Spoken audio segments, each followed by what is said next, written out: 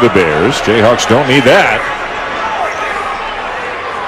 Really, right now for Kansas, this is about being strong with the ball, getting fouled, hitting your free throws, assaulting this game away. You know, the only way Baylor gets back into this is if Kansas pitches the ball away. Wilson down with the rebound off the miss by Mitchell.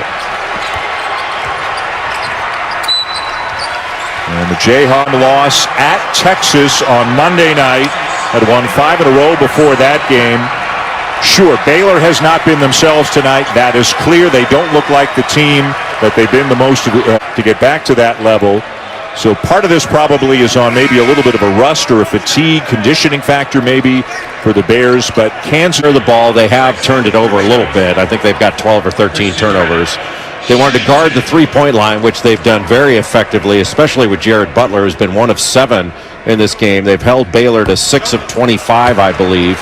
And they wanted to rebound the ball because Baylor's an excellent rebounding team, the best rebounding team in the Big 12. And Kansas has dominated the glass. They've almost doubled up Baylor, which is shocking.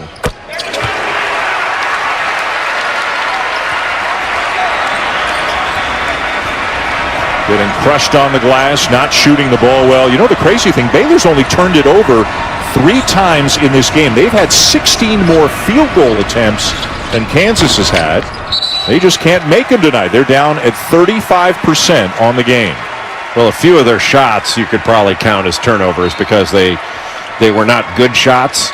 But, and again, we don't want to make any excuses or take anything away from Kansas because the Jayhawks have been excellent in this game. They beat Baylor.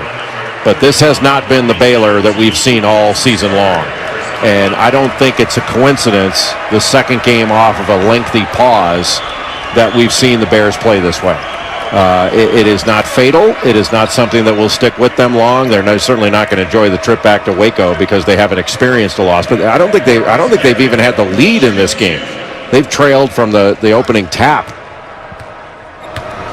And they are in Morgantown to take on another quality Big 12 team, West Virginia, Tuesday night before closing with a couple of home games against Oklahoma State and Texas Tech. Marcus Garrett's mom enjoying senior night. And again, yes, they play UTEP Thursday, but this is the official senior night for a guy who will go down, I think, as one of the best players in the Bill Self era at Kansas. Marcus Garrett has had a marvelous 4 years in a Jayhawk uniform. Yeah, he's been a pleasure to watch compete. And that's what he does every game is compete.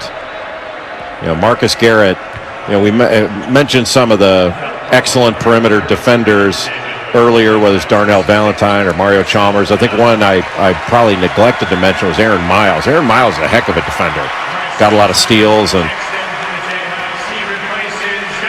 well, when the story of this game is told, Garrett will get a lot of the credit for Jared Butler going 2 for 9 with 5 points. David McCormick getting a big ovation, and what a night he had. He just fouled out of the game, but 20 points on 8 of 10 shooting tonight for David McCormick.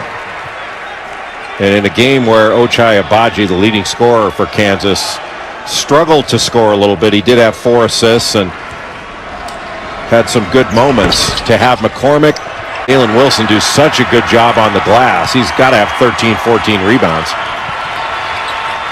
Well, Kansas can run the clock out. The Baylor Bears suffer their first defeat of